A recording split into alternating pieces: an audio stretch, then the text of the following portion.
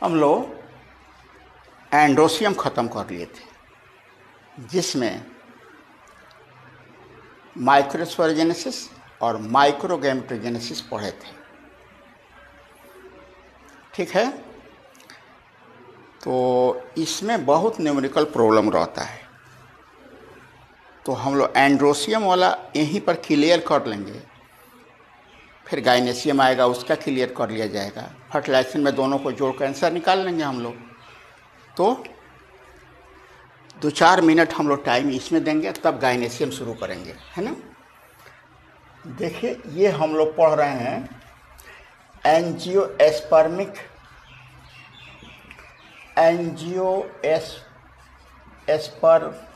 Plant. ये angiosperm plant जो है ना, वो ऑलरेडी 2n होता है, मतलब ये डिप्लॉयड होता है। इसमें 2 सेट में क्रोमोसोम रहते हैं। ठीक है, तो पूरा प्लांट 2n है। प्लांट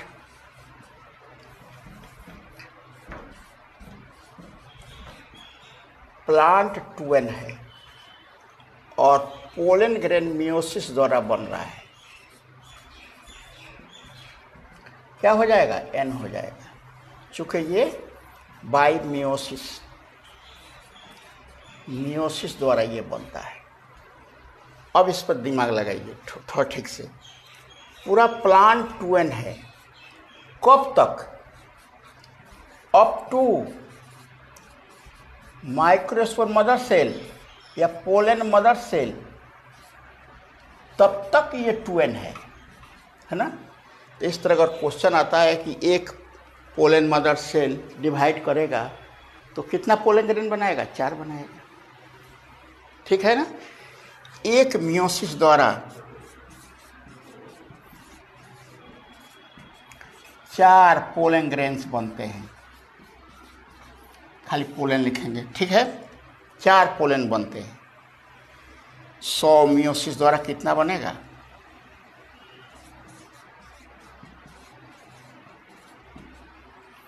400 बनेगा। 1000 द्वारा कितना बनेगा? 4000 बनेगा। ठीक है ना। एक पोलन मदर सेल से कितना बनेगा? 4 बनेगा। 1000 पोलन मदर सेल रहेगा तो 4000 बनेगा। ये बात समझ में आ गई। और इस तरह क्वेश्चन रहता है कि 1000 पोलन ग्रेन बनने में कितना meiosis? Pollen grain in 1000 pollen grain, number of meiosis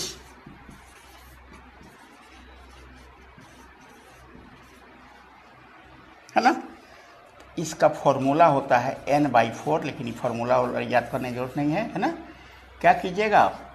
1000 में डिवाइड कर दीजिएगा 4 से, कितना आ जाएगा? 250 आ जाएगा।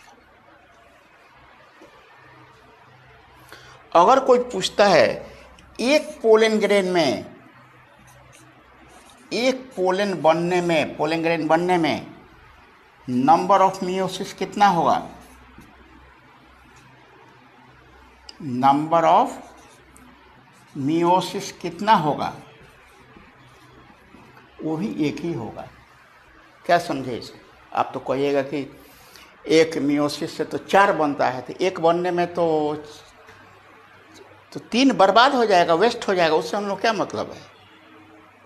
एक बनने में भी एक ही मियोसिस, 2 बनने में भी वही मियोसिस, 3 में, 4 में, 5 बनने में 2 मियोसिस, 6 बनने में, 7 बनने में, 8 बनने तक 2 मियोसिस, 9, 10, 11, 12। कोई पूछे 10 बनने में कितना मियोसिस? सीधे कहिए 3। ठीक है ना। 2 को बर्बाद हो जाएगा। उसे क्या करना है हम लोगों को? मियोसिस तो हो जाएगी, मियोसिस तो कम होगी नहीं। मियोसिस तो डिवाइड करेगा तो 4 ही बनाएगा। ठीक है। 10 पूछता है कोई तो कहिए कि ठीक है 4 हो गए, ये 4 3 12, 3 होगी, है ना। और 2 बर्बाद हो जाएगा तो हो जाएगा। उससे हम लोग क्या मतलब है? इस तरह इसको यहीं पर हम लोग देख लिए है ना कि पूरा प्लांट 2n है तो पोलन ग्रेन n होगा, और कब तक n होगा ये याद रखना है। ये प्लांट 2n है ना, MMC तक रहेगा वो, इसी में मियोसिस होती है और मियोसिस के बाद पोलन ग्रेन बन। इस तरह का क्वेश्चन जब भी आवे सीधे आप लोगों को अपने पर ध्यान देना है ना। पूरा बॉडी हम लोगों का 2n है, ठीक है। फीमेल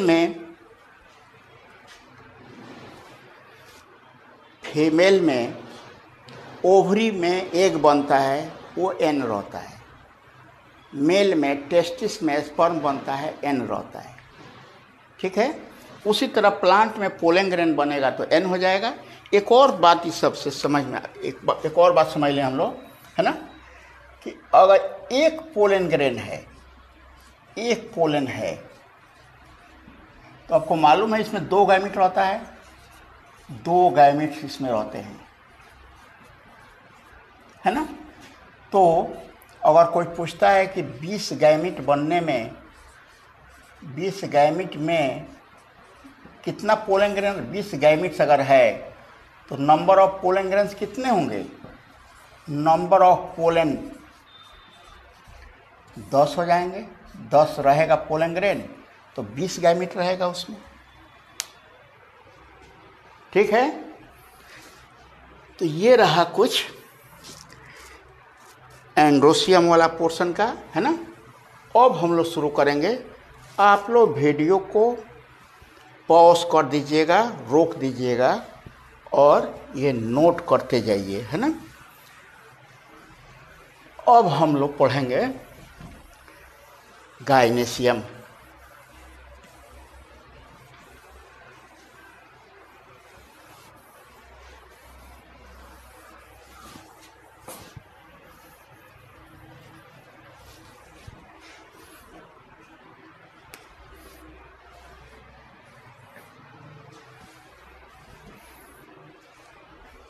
अब हम लोग गायनेशियम शुरू कर रहे हैं।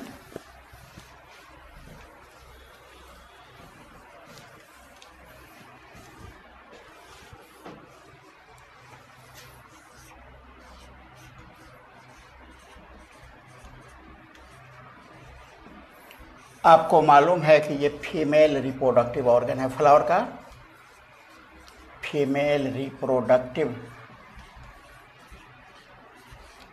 ऑर्गन है। ऑल्सो कॉल्ड, इसको पिस्टिल भी कहा जाता है।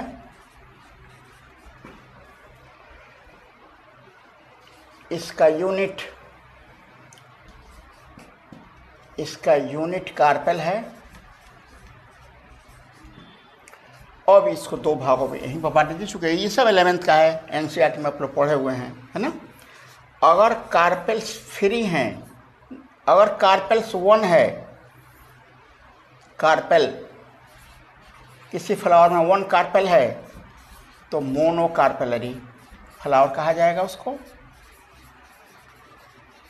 मोनोकार्पेलरी फ्लावर कहेंगे हम लोग। अगर इसका एग्जाम्पल हम लोग क्या देंगे, पूरा लेगुमिनेसी फैमिली, है ना, P1 लिख देते हैं, मटर, है ना। Carpels more than 1, more than 1, अगर 1 से अधिक है, ऐसे फ्लावर को हम लोग कहेंगे पॉलीकार्पेलरी फ्लावर, कार्पेलरी फ्लावर कहेंगे उसको हम लोग। ये पॉलीकार्पेलरी फ्लावर 2 तरह का है ना। अगर 1 से ज़्यादा है तो क्या कार्पेल्स फ्री हैं, तो अब उसको हम लोग कहेंगे एपोकार्पस फ्लावर, एपोकार्पस फ्लावर।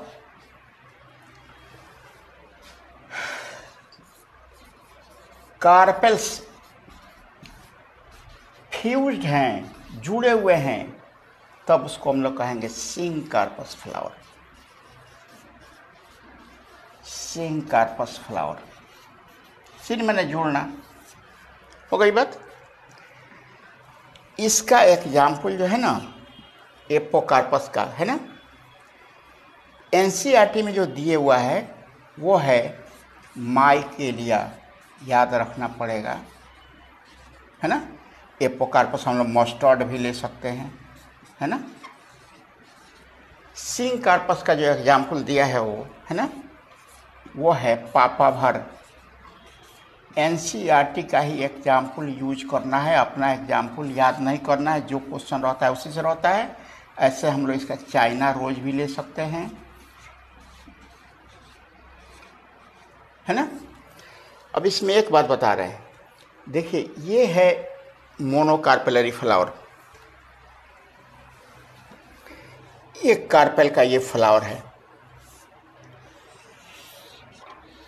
ये हो जाएगा मोनोकार्पेलरी।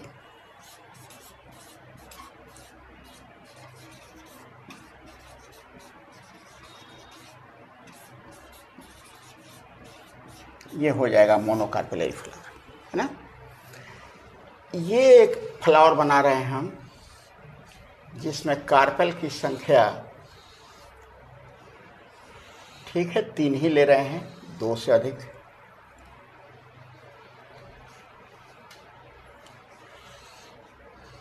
यह है पॉलीकार्पेलरी, 1 से अधिक है, पॉलीकार्पेलरी फ्लावर।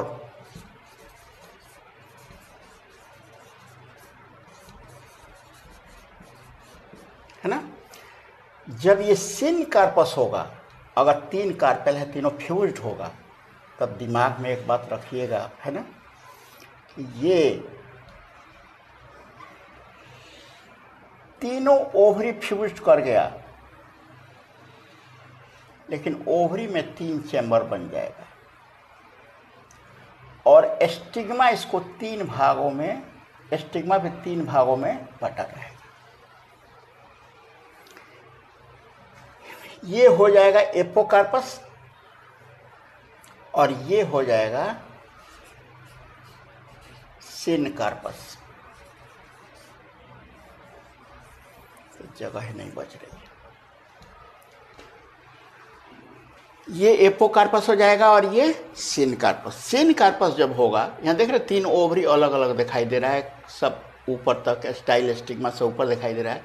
जब ये फ्यूज करेगा तो ओवरी 3 चैम्बर में बट जाएगा और ऊपर देखिए आप 3 स्टिग्मा दिखाई देगा। स्टिग्मा काउंट करके मालूम कर लिया जाता है कि ओवरी में कितना चैम्बर होगा। आप लोगों को विश्वास नहीं हो तो भिंडी आप लोग रोज़ खाते हैं, भिंडी में कितना चैम्बर होता है? 5 चैम्बर होता है। और उसके फ्लावर का स्टिग्मा देखिए, चूँकि भिंडी क्या है, फ्रूट है एक, तो वो फ्रूट जो है ना ओवरी से बना हुआ है, तो ओवरी में 5 चैम्बर है, उसका स्टिग्मा भी काउंट करके देखिए, वो भी 5 ही रहेगा। ठीक है, इतनी बात समझ में आ गई। एक बात हम लोग इसका समझ लिए और हम लोग दूसरे पार्ट पर चलेंगे, है ना।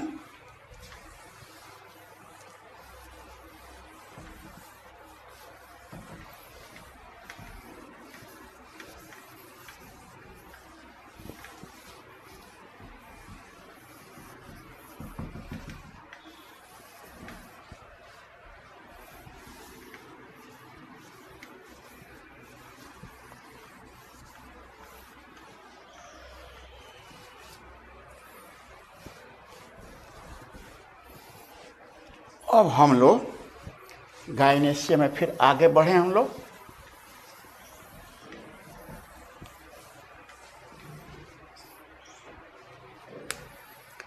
ये एक कार्पेल बना रहे हैं,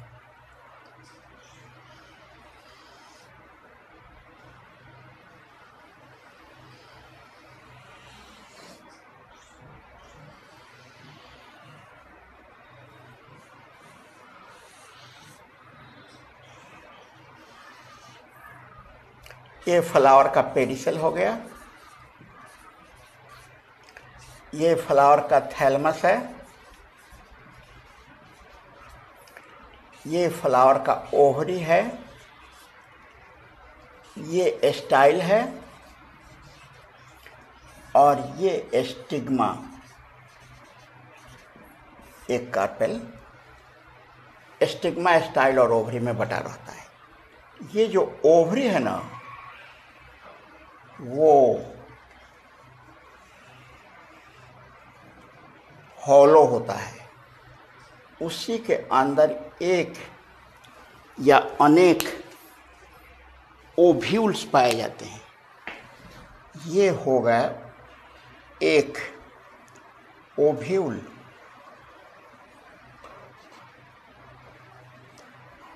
ये ओव्यूल हो गया, ठीक है। ये रहा एक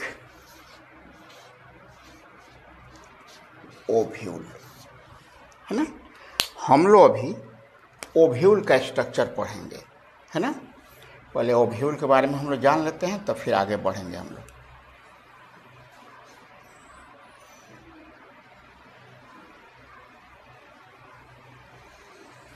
ये रहा एक ओव्यूल,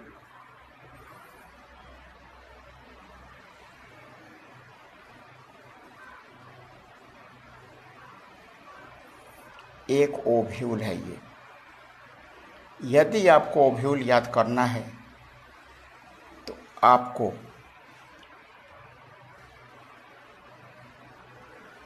ये मेथड अपनाना पड़ेगा, है ना। अभी जो बता रहे हैं, ओव्यूल को सीधे दो भागों में बांट दीजिए। इधर वाला भाग स्टॉक, इसका स्टॉक दिखाई दे रहा है, ये डंठल है इसका,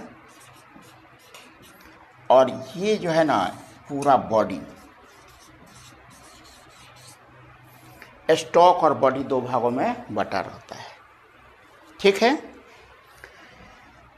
अब बॉडी के बारे में देखिए, ये जो भीतर मेन चीज जो है ना, वो है इसका nucleus. Do not confuse nucleus, ये है न्यूक्लियस। इसका दूसरा नाम है मेगा स्पोरेंजियम, मेगा स्पोरेंजियम नाम है इसका, है ना। और वो मेगा स्पोरेंजियम जो है ना, वो बाहर से इंटेगुमेंट द्वारा घिरा हुआ है। इंटेगुमेंट का मतलब है स्किन, इंटेगुमेंट मतलब कि वो इस न्यूक्लियस का इंटेगुमेंट है। ये खाली जगह नहीं है जी, ये सेलुलर है, हम सेल नहीं बना रहे हैं और भारी हो जाएगा, ठीक है ना। तो इस तरह जो है ना ओव्यूल का डिफिनेशन ही होता है ना। ओव्यूल इंटेगुमेंटेड, इंटेगुमेंट से घिरा हुआ, इंटेगुमेंटेड न्यूक्लियस या मेगा स्पोरेंजियम,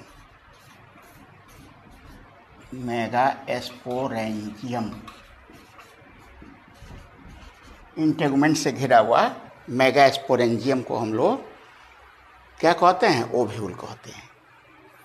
अब एक और बात, यहाँ पर देख रहे हैं हम लोग इंटेगुमेंट नहीं है, इसका नाम हो जाएगा माइक्रो, का मतलब माइन्यूट होता ही है, माइक्रोपाइल,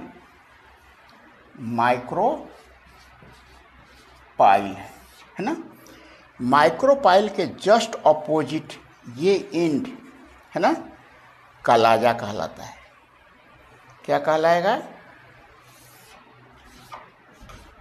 कालाजा कहेगा, कुछ लोग चलाजा भी कहते हैं, एक्चुअली जो प्रोनाउंस जिस तरह का हो। ये है माइक्रोपाइल जहाँ इंटेगुमेंट नहीं रहेगा, और ये पोर्शन कलाजा कहलाता है। ये पूरा सेल से भरा हुआ है, हम सेल नहीं बना रहे हैं, हमको दूसरा कुछ बनाना है इसमें, ठीक है। थोड़ी देर में बना रहे हैं, रुकिए अभी देख लेने दीजिए। ये माइक्रोपाइल हो गया, जस्ट उसका ऑपोजिट कलाजा कहलाता है, ठीक है ना। तो ये इंटेगुमेंट दो लेयर का दिखाई दे रहा है, ये बाइटेगमिक ओव्यूल है। खैर इसको अभी हमको रोक ही रहने दीजिए। जो इसके भीतर एक स्ट्रक्चर पाया जाता है ना, वो इम्पोर्टेंट स्ट्रक्चर है। ये है एक ओवल स्ट्रक्चर, अंडे का आकार का स्ट्रक्चर। ये है एक ओवल स्ट्रक्चर, इसका नाम है एम्ब्रोसैक। इसके अंदर एग रहता है, फीमेल गैमेट रहता है, इसलिए इसको हम लोग क्या कहेंगे, फीमेल गैमेटोफाइट भी कहा जाता है। एम्ब्रोसैक कहिए या फीमेल गैमेटोफाइट, है ना। ये जो स्ट्रक्चर है ना, इसमें 3 सेल नीचे रहेगा, सेल रहेगा एकदम वाल से घिरा हुआ, 3 सेल ऊपर रहेगा और 2 न्यूक्लियाई है, ये न्यूक्लियस है, सिर्फ 2 न्यूक्लियाई सेंटर में रहेगा। नीचे वाले को हम लोग एंटीपोडल सेल तत्काल कह रहे हैं, अभी बाद में बताएंगे, एंटीपोडल सेल्स कहेंगे। ऊपर वाला में ये 2 ऊपर वाला सिनर्जिड्स हैं और एक इसमें एग है। ये तीनों को मिलाकर एग एपरेटस कहलाता है।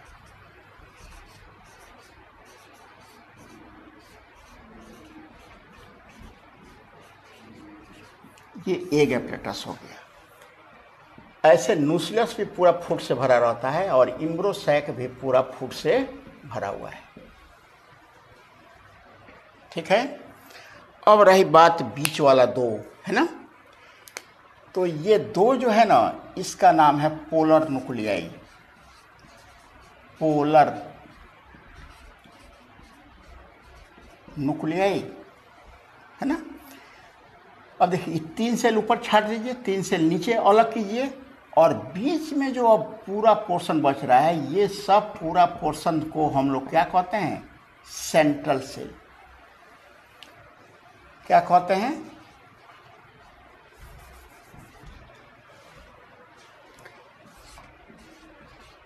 सेंट्रल सेल कहते हैं। सबसे बड़ा सेल फीमेल गैमेटोफाइट का सेंट्रल सेल होता है। बात समझ में आई। इसका अरेंजमेंट कैसा होता है फीमेल गैमेटोफाइट का, 3+2+3,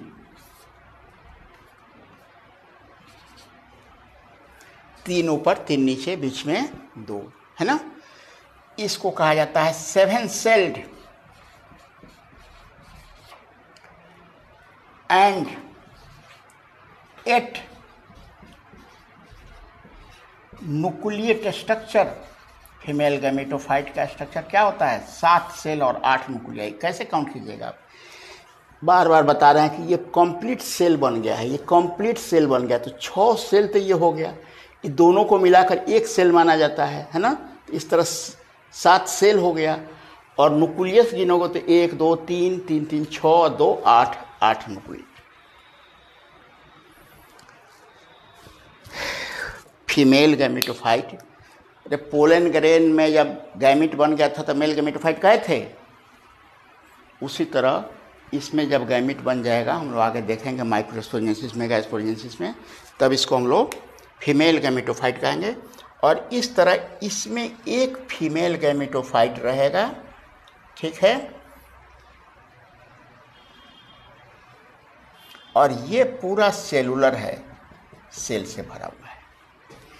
ये जो अभी हम लोग ओव्यूल देख रहे थे, ये ओव्यूल ऑर्थोट्रोपस ओव्यूल है, ऑर्थोट्रोपस ओव्यूल। इसको स्ट्रेट ओव्यूल कहते हैं, सीधा ओव्यूल। कैसे पहचानेंगे अब हम लोग, इसमें माइक्रोपाइल देखिए ऊपर है, जस्ट उसके नीचे कलाजा होगा और फ्यूनिक्यूल, तीनों एक सिद्ध में रहेंगे। माइक्रोपाइल, कलाजा और फ्यूनिकिल जब एक सीध में ओव्यूल में रहेगा तब उसको हम लोग कहेंगे ऑर्थोट्रोपस ओव्यूल। ठीक है। माइक्रोपाइल, कलाजा और फ्यूनिकिल इन वन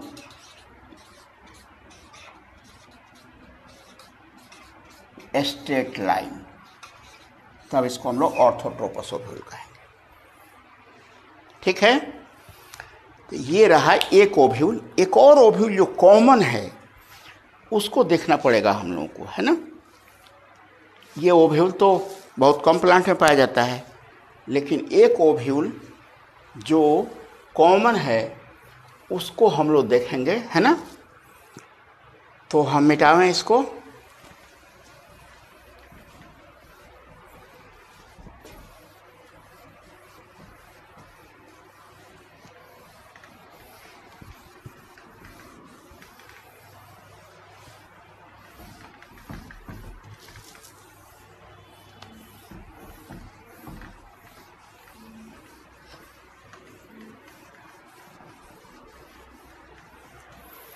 दूसरा एक ओव्यूल देखिए,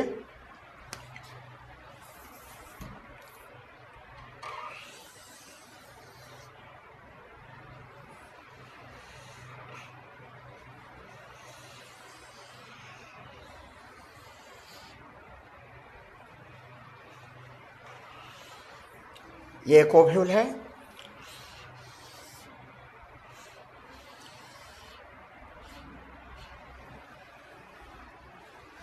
है ना।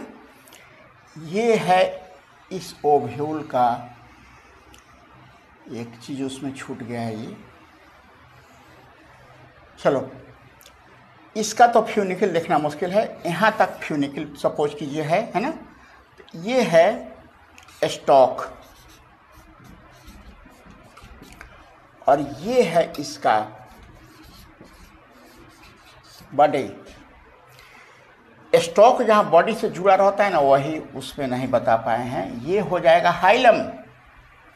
यहाँ देख रहे हैं कि बॉडी से फ्यूनिकिल फ्यूज्ड है ना, कुछ दूर तक जुड़ा हुआ है।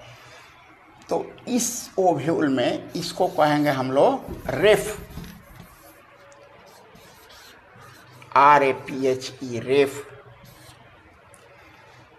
फ्यूनिकिल बॉडी से जुड़ा हुआ है, ये रेफ हो गया। फ्यूनिकिल जहाँ बॉडी से जुड़ा रहेगा वो पॉइंट हाइलम कहलाएगा। ये जो स्टॉक है इसका नाम फ्यूनिकिल है, फ्यूनिकिल है। यहाँ आप देख रहे हैं कि यहाँ पर माइक्रोपाइल आ गया है नीचे, माइक्रोपाइल नीचे आ गया, कलाजा इसका ऊपर है, कलाजा ऊपर चला गया। और ये है पूरा इसका, ये हो गया इंटेगुमेंट, इंटेगुमेंट। और ये है पूरा इसका नूसिलस। और इसके अंदर रहता है इम्ब्रोसैक 3+2+3, है ना। फिर हम लोग जरा इम्ब्रोसैक को एक बार और देख लें। ये है इम्ब्रोसैक, 3 ऊपर रहेगा सेल, 3 सेल नीचे रहेगा और 2 पोलर न्यूक्लियाई सेंटर में रहेंगे, है ना। अब यहाँ देखिए, इसको हम लिख रहे हैं यहाँ पर एंटीपोडल सेल।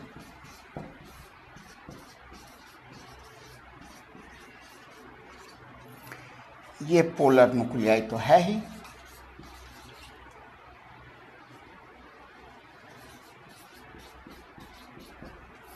और नीचे लिख रहे हैं हम, है ना। एक ये एग हो गया और 2 ये सिनर्जिक्स हो गए।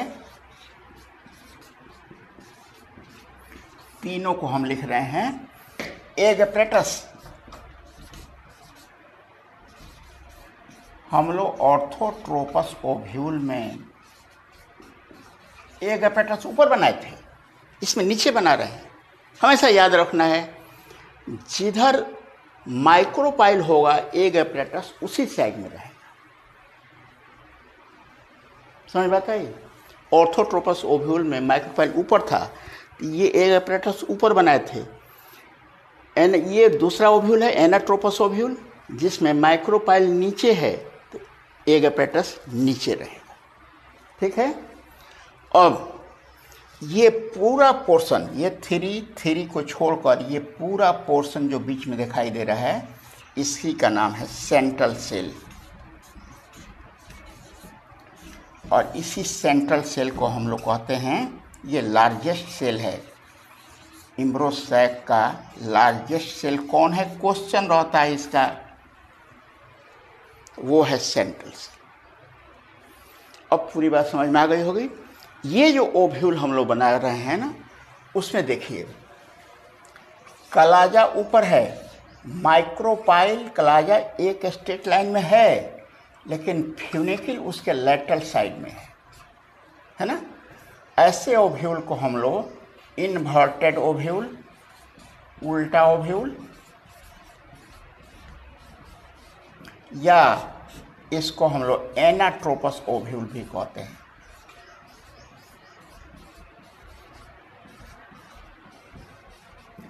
ऐसा ओव्यूल जिसमें कलाजा और माइक्रोपाइल टेक्सिड में हो, लेकिन फ्यूनिकल उसके लेटरल साइड में हो, इसको हम लोग कहेंगे एनाट्रोपस ओव्यूल।